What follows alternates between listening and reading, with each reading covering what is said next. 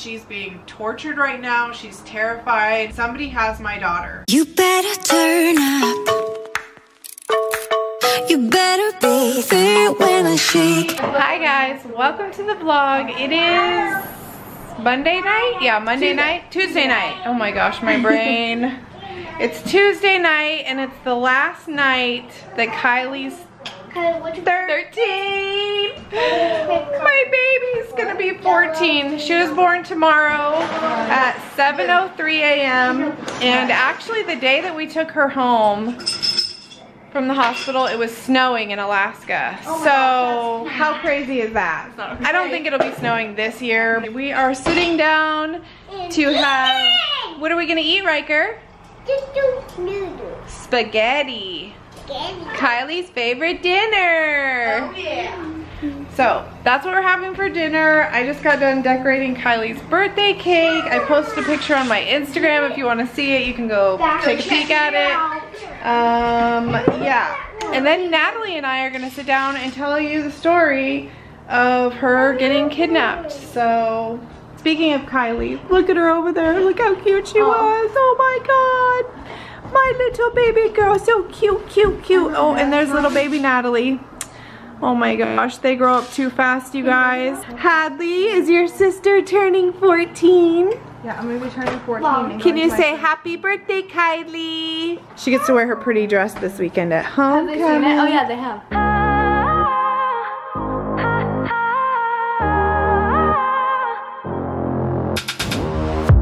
It's silent now, we don't say a word. We're just looking at each other. Tears in our eyes from the words we said. Yeah, it kinda broke my heart. Loving you is not so goddamn easy as you think. I'm trying my best to hold on, but I feel myself giving. You know that we shouldn't keep it up like this. We hurt each other's feelings on and on. I don't wanna change who you are. The things you say is always one step too far. But I know that I've played my part. I'm hurting you as well. I guess Amen. Amen. Say amen.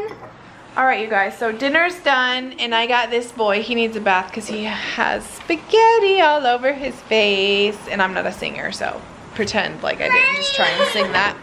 Anyways, so Kylie is texting. I'm like, who are you texting? She's like, Aiden just texted me.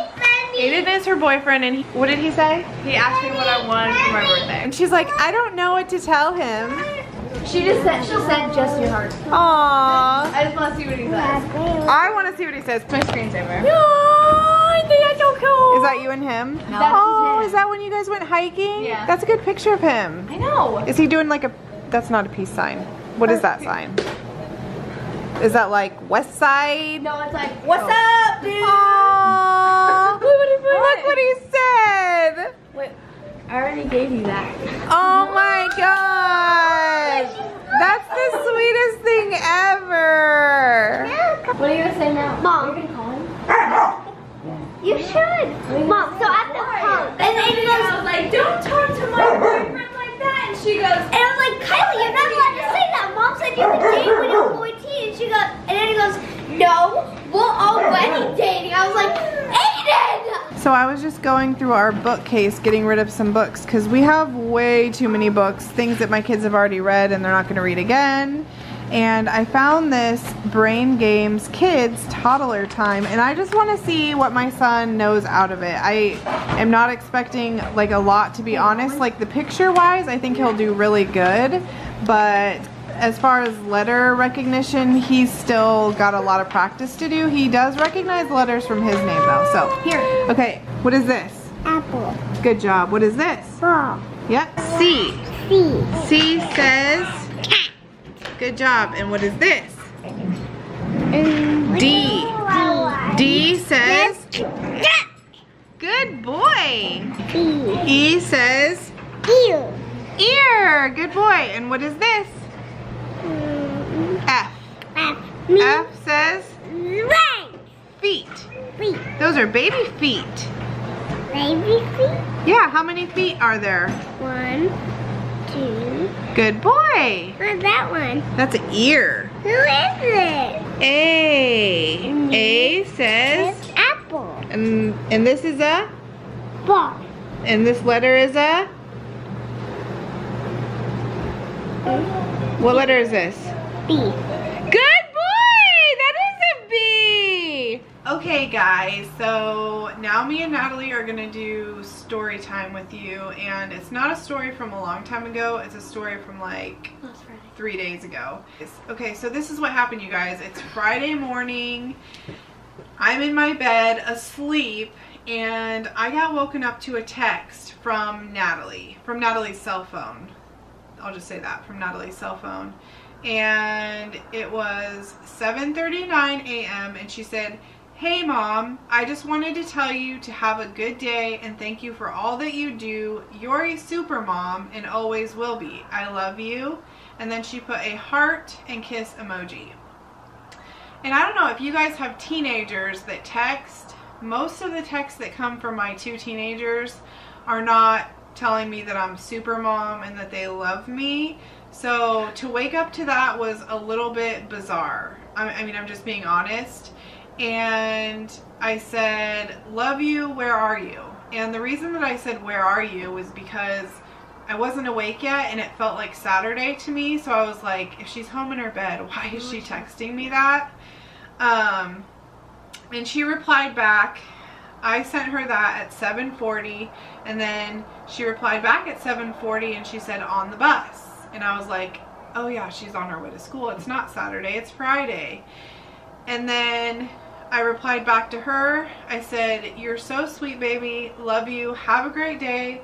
Mommy's so proud of you." And she said, Love you. I'll see you later. yeah. And at that point, that was 7:45, so that was 6 minutes after the first text that I had sent you.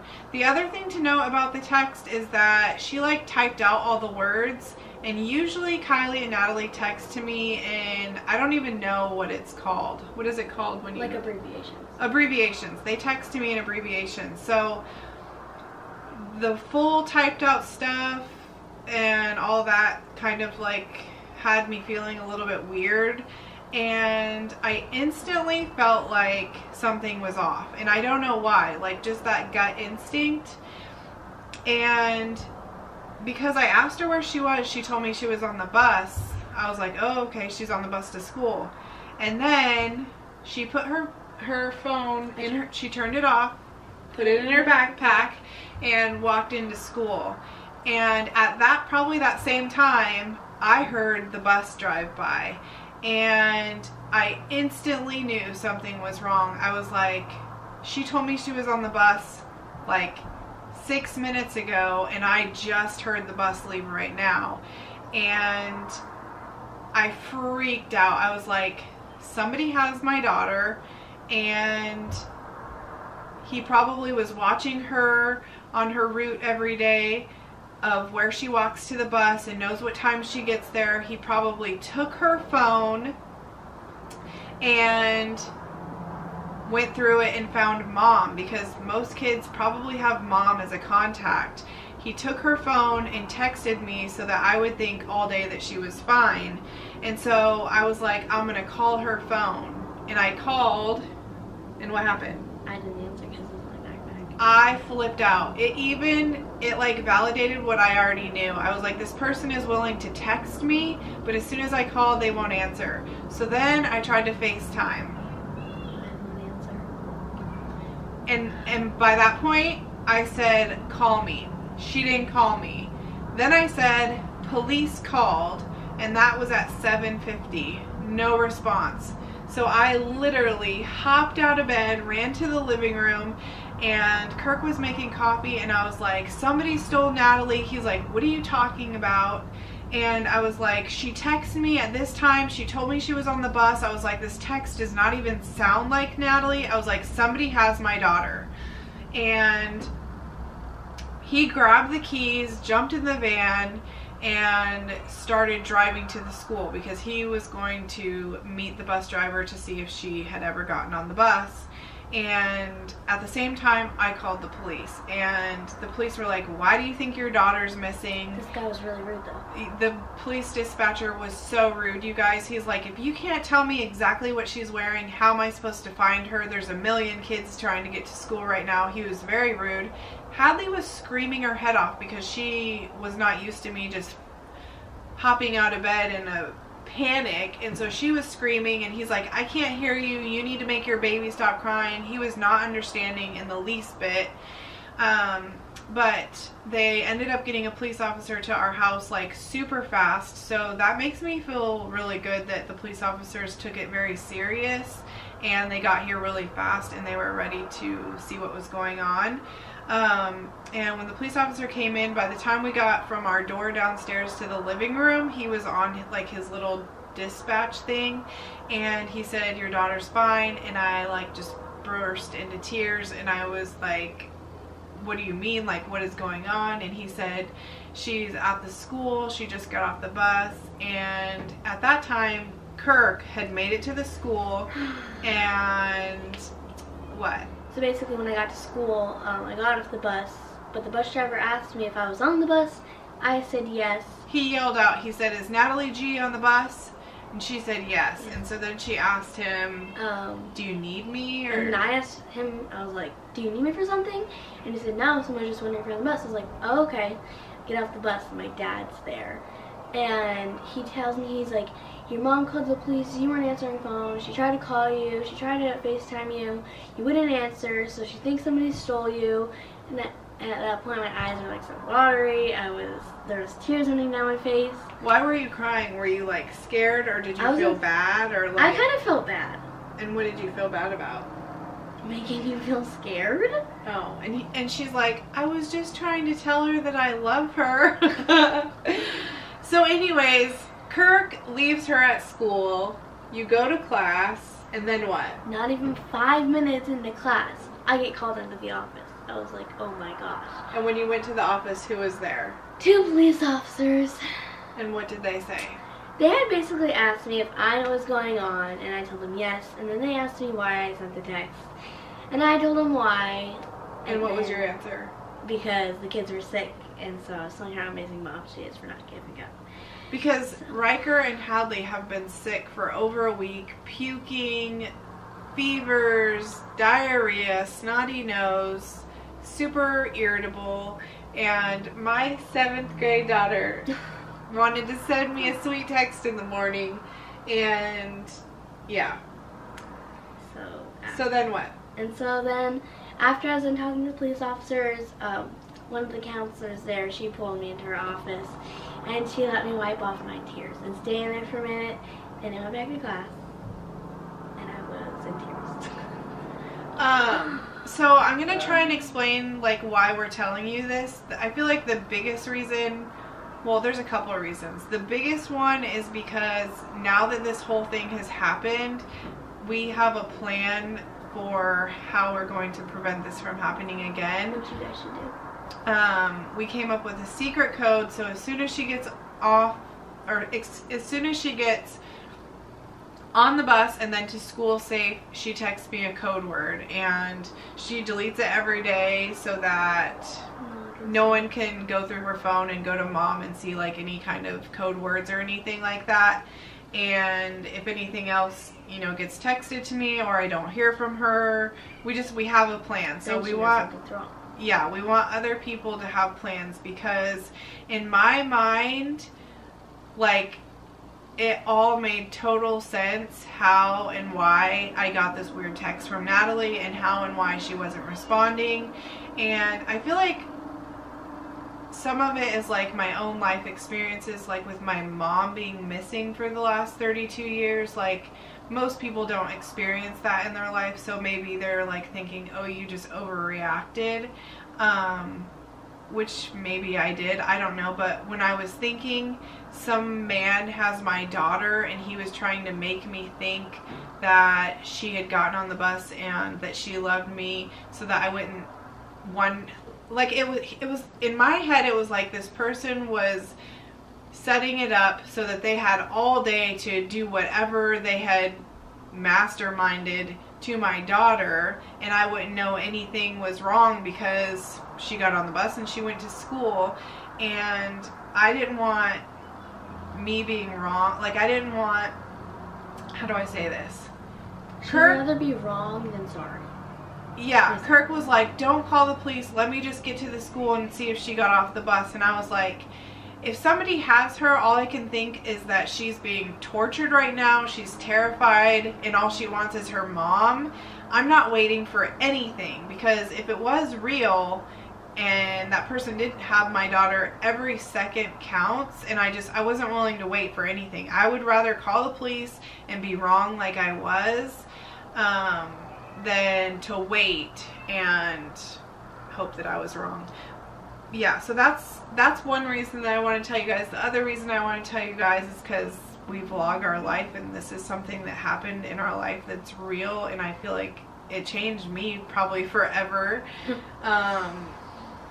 And the other reason I think that it happened is not just because like my own life circumstances with my mom being missing, but here local in Alaska, a 10-year-old little girl has been missing for the last week, and they actually just found her body, and she was murdered. She was playing at the park, 10 years old, had her cell phone, and was supposed to be going home, and suddenly she vanished, and FBI and volunteers were searching for her for 6 days before they found her, and it is a homicide. So they have arrested someone, and it's a man that I think was related to her somehow. But so that stuff like happens every day in the world, and like it's not like what I was thinking was so far-fetched. Like when I first got the weird text that didn't sound like her,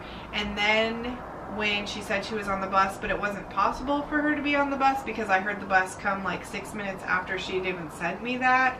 And then when I tried to FaceTime and call, like it just all was looking like somebody took my daughter, and it was so terrifying. Like I had a pit in my stomach. I was like in that fight or flight mode. Like it was so scary. I wasn't gonna listen to anybody or wait for anything. How I'm thinking is like it was badly, perfectly timed.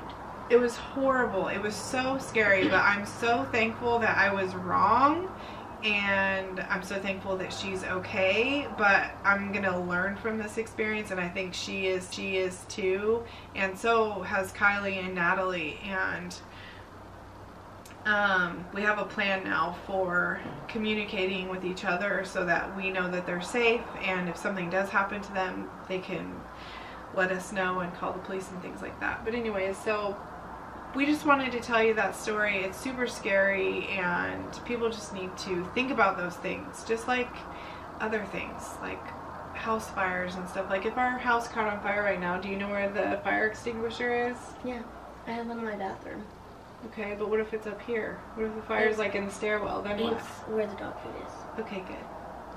So just things like that, like things that don't happen very often, are you prepared for them? I guess that's the message in this part of the video. So anyways, you guys, I have to get the baby to bed, and tomorrow's Kylie's birthday. I can't believe my baby is 14. So we'll vlog tomorrow. And he has a boyfriend. He's sweet.